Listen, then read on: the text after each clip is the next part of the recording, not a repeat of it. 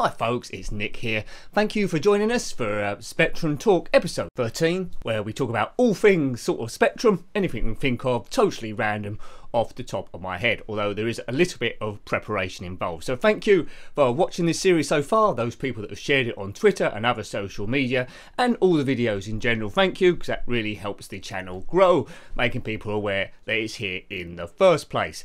Last week we spoke about the Spectrum Next. So those people that have done the Kickstarter, the backer, you'll be getting your computers next month. So I'd love to hear from you how those goes. Is it everything you expect, and so forth. But this time we're going to go back to a subject we discussed sort of a few weeks ago, and that is about favourite Spectrum gaming characters. Because although the ZX Spectrum was originally intended as a business computer, that's not what caused most of the sales. All the kids wanted to play computer games, they wanted a talisman to push forward, who's the big character and all that. Now there are many different gaming characters on the ZX Spectrum because there are so many thousands and thousands of games. You might have your own personal favourites. My personal favourite one is Horace from the Horace games. It was an original in 3 games: Hungry Horace, Horace Goes Skiing, and Horace and the Spiders. And then the author William Tang unfortunately got a bit ill and that was discontinued. But homebrew scene, the vibrant homebrew scene, has put many other Horace games on the market. So have a look at that Horace game if you're into him. Now you might have your own favourites, whether it be Jet Set Willy, Minor Willy, Dizzy, or ones I've never even heard of. But we're going to talk about a different one this time, a rather unlikely one. Now, how's this for a character that you're pitching? Something that all the kids can get behind and we sell lots and lots of ZX Spectrums.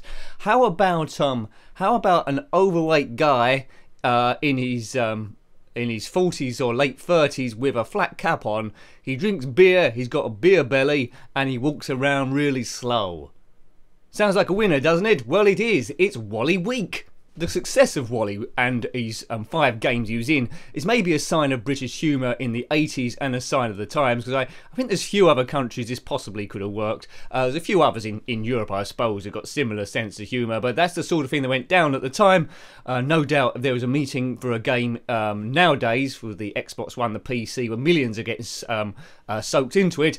No one's going to put Wally Week up as a central character and then have a model go round with a big beer belly to different game cons and festivals to try and promote the game. That would be absolutely ridiculous. The Wally Weeks games were published by MIKRO GEN. Now, although there was 5 in the series that I'm aware of, there might be some other homebrews, but the first game I played was Everyone's a Wally. That's when I first come up to it. But there was a few others I played as a kid, but it's only when I've come to review them again running this channel I fully understood them, especially the first one. A lot of these games, apart from the last one, 3 Weeks in Paradise, also come out on the Amstrad CPC and the Commodore 64. I think that 3 Weeks in Paradise didn't make it to the Commodore 64. I might be wrong, but I don't think that it did. We have quite an unusual character then here in Wally Week, quite an unlikely person. So what was the first game he was in?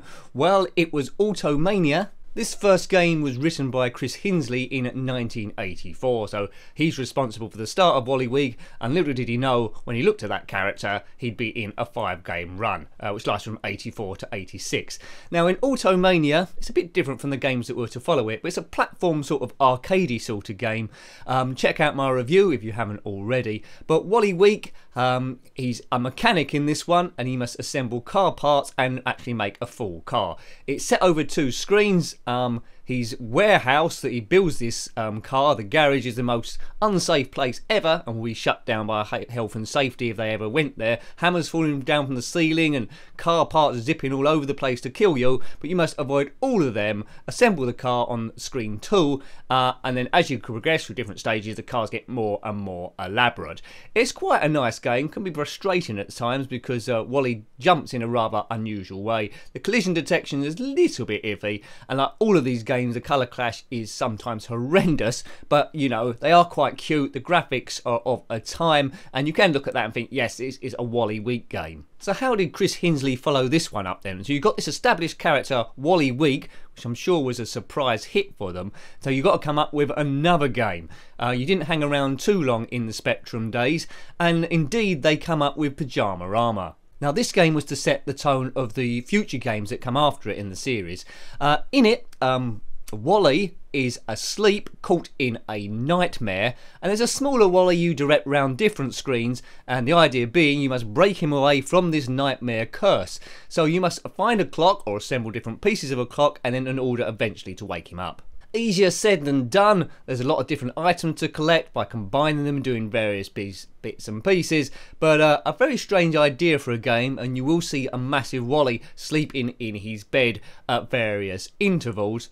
And it was starting to introduce as well more with Wally's life and his family members, which were to come really a lot in the next game, which was my favourite one of the bunch. What a classic game this third one was. It's everyone's a Wally. I even like the sound of it. Chris Hinsley didn't write this one all himself this time. He had help from Anil Stradwick. And basically the characters in this could loosely be based on The Young Ones, which is a huge sitcom at the time. There's a hippie in it, a punk, a smart Alec, and Wally and Wilma. Essentially, Wilma is Wally's girlfriend. Wally in this game is a builder. You can select any of these characters to play, and you can switch between them on the screen at any time. There's Tom, who's just like a mechanic, a punk, Dick, who's a plumber, Harry, who's a hippie, and there will be Herbert the baby walking around, who's not a playable character, but he will get in the way a lot and cause you to lose energy. On side B of this cassette, which I thought was a nice touch, was a song called Everyone's a Wally, and I thought it was a bit rude at the time because it had a rude word in it, but it isn't really that rude looking back now. But it was a classic game, nice and colourful. Basically the gang haven't been paid for a job that they've done, and they must go around different screens, again combining items to find 5 letters which spell the word break, so they can break into a safe at the bank and finally get paid for their work. Each character has different characteristics in order the jobs they can do to combine items. If the wrong character has the items, they won't combine in the right way. I never completed this game, but I spent quite a lot wandering around. The classics are, again, the graphics are classic of an era of Everyone's a Wally and the whole series in general. MIKRO GEN really were flying with this. If you've completed any of these games, then of course let me know on the Amstrad CPC Spectrum or the Commodore 64, because I like all of these. I'm always interested to see what happens at the end. These computers didn't have much memory, so when you got to the end there's barely enough to show you a screen saying well done or a short story, but it's always good to look at for nostalgia and historic purposes, because a lot of kids would not know what happened at the end of these games. Everyone's a Wally was in 1985, so 2 games from 1984, 1 from 1985, and the next one was, well actually 2 from 1985, because the next one was Herbert's Dummy Run, which also come in that era. So there's 4 games in 2 years, so they're really trying to milk this for all it's worth before the bubble burst, because there's lots of Spectrum games about. Now Chris Hinsley, to my knowledge, was not involved in this next game. It was David Perry took the reins. This is the first time you got to control Herbert the baby, which the name's really in the clue, Herbert's Dummy Run. For some reason Wilma has lost Herbert in a toy store. Yes, she's the mother of the year, and it's a very dangerous store, and Herbert must actually escape. Again, you wander around collecting items, combining them so you can actually get out of this hellhole. This family, if they was on the Jeremy Kyle show or the Jerry Springer show, I think people think they're very dysfunctional, even more dysfunctional than the Simpsons, but has Marge lost Maggie in some of the shows? Probably by now quite a few times. This is all 8-bit super magic as far as I'm concerned. I really admire when the writers can take a character and run with them for a number of games and make them different enough. Although I like the Dizzy games, they were very, very similar, although they were different puzzles. These ones are a little bit different from each other. But it's all how you look at it really, going back and your own memories of these. Another series we might look at going forward as well is the Magic Knight series, which starts off with Finders Keepers, which is my favourite one, and the other games get a bit role-play. We might come to those a bit later on, we might not, we see how it goes. And the last game in the Wally Week series was 3 Weeks in Paradise. So what would you do now? You've done everything, you've done a bank job, a baby's been lost in a store, you fix cars, you've been in a nightmare sleep scenario, so it's about time to go on holiday, isn't it? Well, nothing ever goes according to plan for Wally Week. When he's going on holiday, he's gone to this weird tropical island and his family have been kidnapped by cannibals. Oh no, what were the chances? So he must wander around this island packed with wild animals and stuff, again combining items that he might find to actually rescue all his family and get out again of this hellhole. And this is the last game in that series.